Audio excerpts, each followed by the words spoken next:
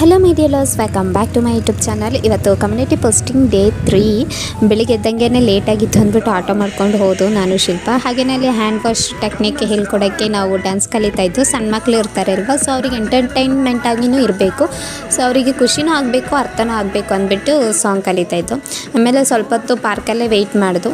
ಆಮೇಲೆ ಸ್ಕೂಲಿಗೆ ಪರ್ಮಿಷನ್ ಕೇಳೋಕ್ಕೆ ಟೀಚರ್ಸ್ ಹೋಗಿದ್ರು. ಪರ್ಮಿಷನ್ ಕೇಳಿಬಿಟ್ಟು ಸ್ಕೂಲಿಗೆ ಹೋದು.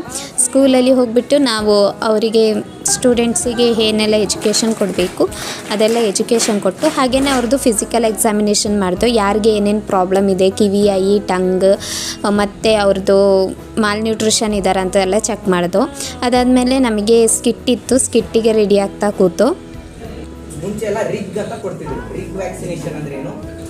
ಇದು ನೋಡಿ ನನ್ನ ಸ್ಕಿಟ್ಟಲ್ಲಿ ಹಾಗೆ ವಿಡಿಯೋ ಆಗಿಬಿಡ್ತು.